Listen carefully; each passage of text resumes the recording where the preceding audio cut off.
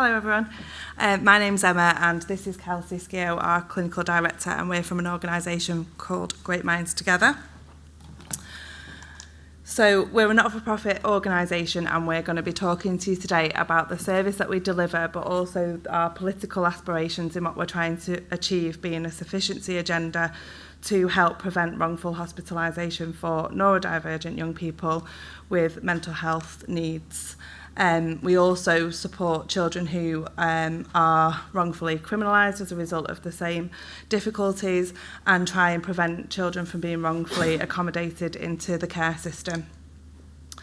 So we have a variety of different services and departments which we are now looking at forming that sufficiency agenda to try and make a difference in currently Greater Manchester, the North West and West Yorkshire, and hopefully we are looking to expand that over the coming years.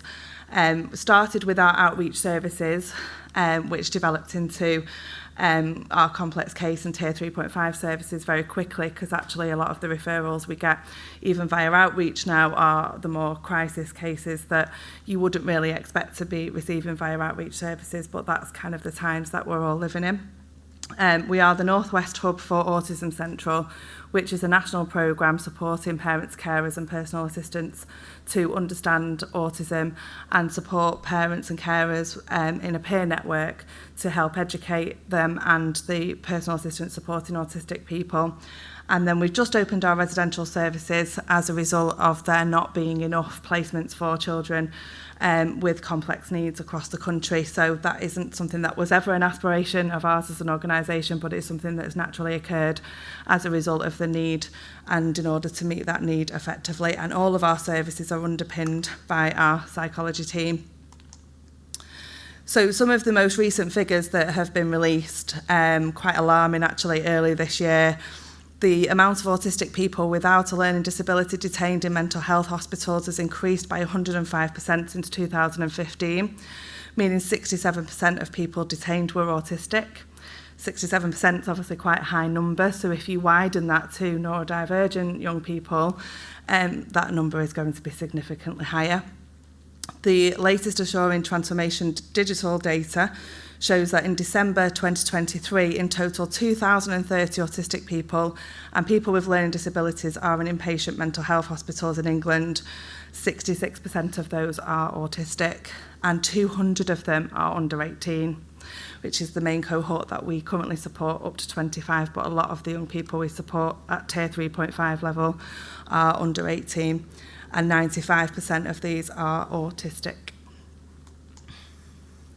So currently our service sits between Ofsted and the CQC, have lots and lots of conversations with both of those regulatory bodies because actually our service and many others shouldn't fall between that gap, but unfortunately the frameworks of both of those regulatory bodies do not fit the children and young people that we support. So we're doing lots of work at parliamentary level to try and change that, or even potentially create a brand new regulatory body that does fit the cohort of these children and young people to prevent unsafe services operating across this sector.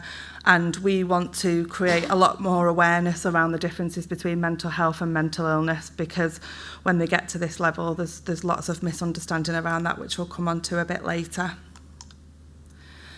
So a lot of the young people that we're supporting at the moment are generally, they've had no early intervention or very limited. Very similar stories actually are really aligned with a lot of the things that you guys have just said.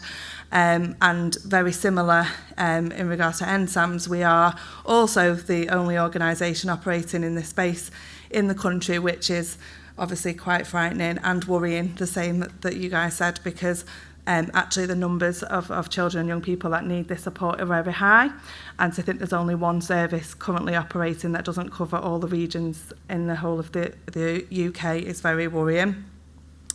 The children and young people usually at the point of our interception at tier 3.5 level are either out of parental control or out of local authority control. So if they're in residential accommodation, they're going missing from home a lot. There's lots of worries around the people that they're interacting with and so on. And there's only two routes really for them at that point, which is hospital or the police. And that's kind of where we come in.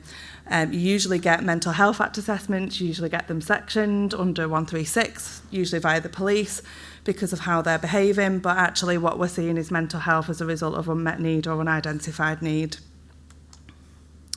And then you end up in this round robin, which many of the clinicians in this room are probably really familiar with, those quite traumatic meetings with lots and lots of people on them, where there's arguments between health and social as to whose responsibility this child is.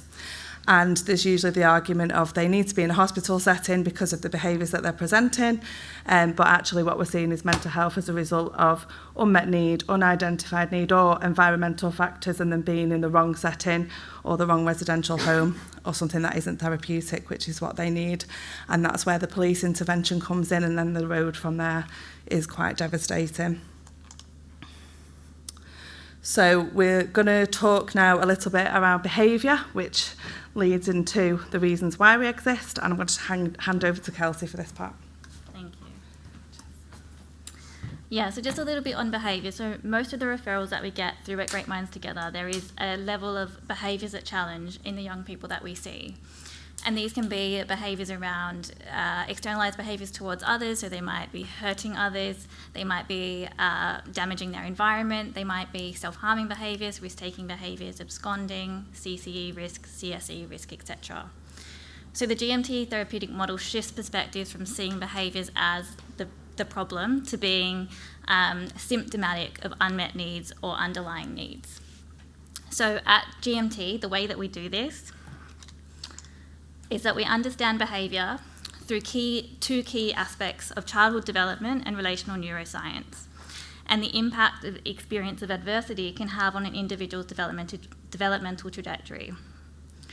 So by this, we understand that the brain develops in a bottom-up fashion, and through engagement with the world around them. So what that means is that young people require certain conditions for healthy development, and that includes healthy relationships with key attuned caregivers to achieve healthy development. So relational neuroscience is simply the concept that we as humans are relational beings and we're reliant on each other for survival. So to develop holistically, we require to be able to move out of our lower cortical regions in our brain. In order to do that, we need to be able to feel safe within relationships. And as young people, we achieve that safety through our relationships with our attuned caregivers. So our relationships become our vehicle through which we are able to grow and progress. So I just want to make a quick note here on co-regulation and the concept of self-regulation. When we get our referrals through at Great Minds Together, there's often this concept that these young people do not know how to self-regulate. They don't understand their emotions and they can't manage their emotions. What we're missing here is that in order for a child to develop skills in self-regulation, they first need to be able to co-regulate with a safe adult. So if they've never had that consistent care from a young age, they don't have that foundation block to be able to develop those skills. So these early life experiences in key developmental stages are crucial as they shape how we see ourselves, how we interact with others, and how we understand and interpret the world around us. Hand you back to Emma. And part of that as well is just to remember that a lot of the young people that we're dealing with at this level won't have developed the skills that we all have naturally, organically, and will be just completely internally within us. And we may have grown up with a good upbringing, with parents that have taught us the basics of love, nurture, unconditional love, and some of these children may have never even experienced that, and that means that they don't even know that that exists in this world, and that's why some of their behaviours are presenting the way they are. So the Great Minds model is a bespoke framework, and those core elements of our model are it's a multi-agency, multi-model approach, therapeutic, trauma-informed, and underpinned by the psychological theory and a biopsychosocial approach. Rather than expecting young people to conform to societal expectations, what we work on is the environments around them, changing that, and also upskilling the adults in order to change their behaviours, and naturally you see the behaviours reduce for these young people. Back to Kelsey. So just a quick note on this. When we work in the space between social care and health, that one of the difficulties that we often see, and that kind of handballing between services, is that there is often a lack of a shared understanding or a shared language. And one of those concepts is around the difference between a therapeutic modality and a model of care. And many of you in here today might be quite familiar with that, but what we observe in the community is that that's not necessarily a shared understanding. So just quickly around therapeutic modalities, it refers to a particular model that has an evidence-based framework utilised to guide the application of a particular therapy to treat a disorder or difficulty. So these are our known CBTs, DBTs, our common therapies. Whereas a model of care refers to the overall model of service delivery. It provides a framework and guidance for how we deliver care. So Great Minds Together is a therapeutic model of care, meaning that everything that we do at GMT is underpinned by a therapeutic understanding and way of working. So the central component of the GMT model of care is creating bespoke packages of care for children and young people, and this may include the layering of one or more of these therapeutic modalities in addition to the general GMT therapeutic approach. So the GMT therapeutic model is the foundation of our GMT model of care. So it provides a foundation to our way of understanding and working with individuals to achieve positive aspirational outcomes. So our model helps us understand children and young people that present to us, as I said, from a childhood development and relational neuroscience perspective. And what we aim to understand for these young people is any kind of developmental gaps and unmet needs that they may have.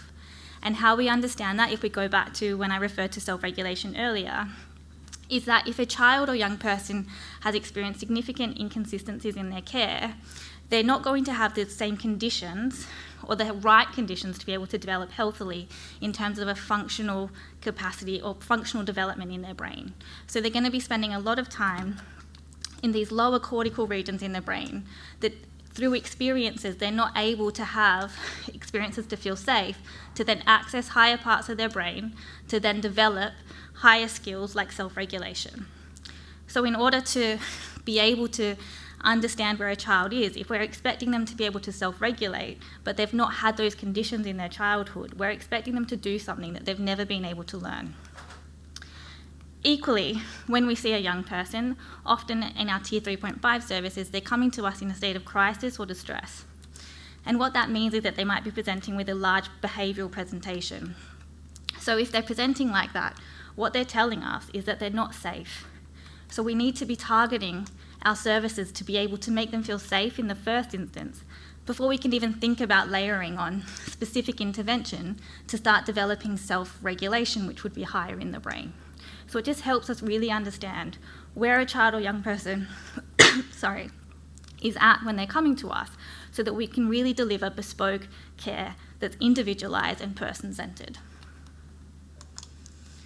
So this model is the why, so that explains why we do what we do, and how we do that is through our model of care. And we have an overarching Great Minds model of care that then is adapted through the individual services that we have to meet the different department goals.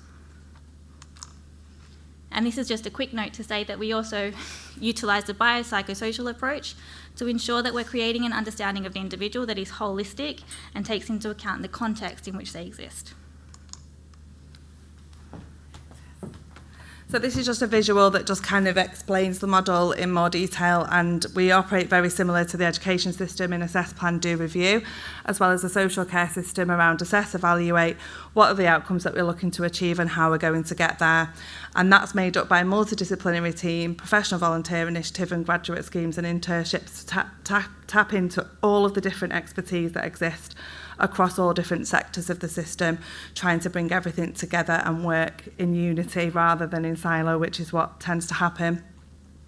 We support all of our families, no matter what service that they're under, with a full wraparound support for the families, the parents, the carers, the siblings, because having that full holistic view of what's going on for that child, young person and their wider family is so important to understand what their whole world looks like rather than just looking down each stream. And then direct mentoring, and then peer education as well for the parents and carers, which is really critical. And all of that is underpinned by an understanding of childhood development and relational neuroscience, which we spoke about earlier. So in simple terms, it's a blended clinical and social model, and the young person and the family are at the centre of everything that we do. The clinical element is the psychological theory, and the social element is the delivery. This is just an example, which Kelsey will come on to, just around how our model works and the sufficiency agenda, how we can move through all of the services across GMT. Yeah, so this is just to highlight the different departments within our organisation and to highlight, as these guys have spoken about earlier, the importance of continuous care. So through our departments, we are able to meet the needs of individuals at various presentations and at various levels of severity. So what that means is that if an individual comes to us either as at a crisis point where we're preventing hospitalisation, or if they're being stepped down from a Tier 4 provision, is that we're not only able to meet them in that crisis stage, but we're also able to see them through their journey and out, to a level where they're having a high level of independence and a significant reduction in their care needs. So we're able to see them from a point of high severity right to hopefully down to a point of very, very mild presentation, so that we can provide continuous care, and as we know, that provides better outcomes for individuals. So this is the Great Minds Together therapeutic intervention phases. This is just to highlight how we operate. So this phases model sits side by side and works nicely with our therapeutic model. So as you can see in our phases 1 and 2, this is our crisis intervention or acute transition phases, where here we aim to achieve stability through relational safety, whilst we simultaneously also conduct comprehensive needs-based assessments to truly understand what the needs of an individual are. And we do this over an extended period of time, as we recognise that children that are presenting in this space are presenting with a high level of complexity, that have had high level of service involvement, with multiple assessments, and have kind of gone through that cycle, as Emma has said, and that one session or one day isn't enough to truly understand their needs. So we take the time to understand what those needs are, and then we put in comprehensive plans that help them progress. So that goes into phase 3 of our model, which is foundational support. So in foundational support, we aim to understand where the individual is and why they're there, and then we aim to co-create goals for the future in terms that are aspirational based, and then we backwards plan to understand what the therapeutic targets are or the therapeutic needs are to help us get from where we are to where we want to be. Now, as a service, we might be commissioned by local authorities or health to provide short-term intensive support, to support them through to their next transition. And if we are to do that, then a young person might leave us at phase 3. We would then provide ongoing support or satellite support through a therapeutic sufficiency plan where we could support the ongoing service. If they were to stay with us, they would then move into our long-term care and support service, which is phases 4 and 5. So in phase 4, we aim to support the young person to really embed the skills and knowledge that they've developed in phase 3 through generalising those skills across people and contexts. In phase 5 of our model, acquisition, we aim to really support the individual to develop a level of independence, reduce their care needs, and increase their resilience to go into adulthood and achieve better outcomes, not just in that moment, but well into later life. And as we've spoken about at length today, in that the outcomes into later life in terms of health, mental health, just overall well-being, are significantly impacted by what happens in childhood.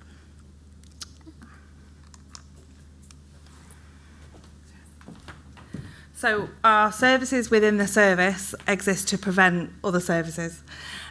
So our outreach and Autism Central and elements of our complex case team really exist to prevent Tier 3.5 ever being needed, because we would hope that a child would never reach that point of crisis, and at the moment way too many are. All of what we do is completely evidence-based as well, and trying to beat that drum with local authorities specifically on how to follow that evidence and implement things as a result of that evidence is quite challenging at times. So the purpose of our model is to reduce the number of autistic people in inpatient units, or even neurodivergent people generally, and prevent further wrongful admissions and create more awareness around the difference between mental illness and mental health as a result of unmet need and unidentified need. And takeaways from today, I think it's been a theme of the day, is always professionally challenge. Things aren't always right just because somebody with a degree has said that they are right. It is difficult sometimes when you're in MDT networks and lots of people with lots of qualifications are saying one thing, but actually you know that child exceptionally well or that young person exceptionally well, and there should be a different course of action for them. More people that challenge that in a professional way, the better.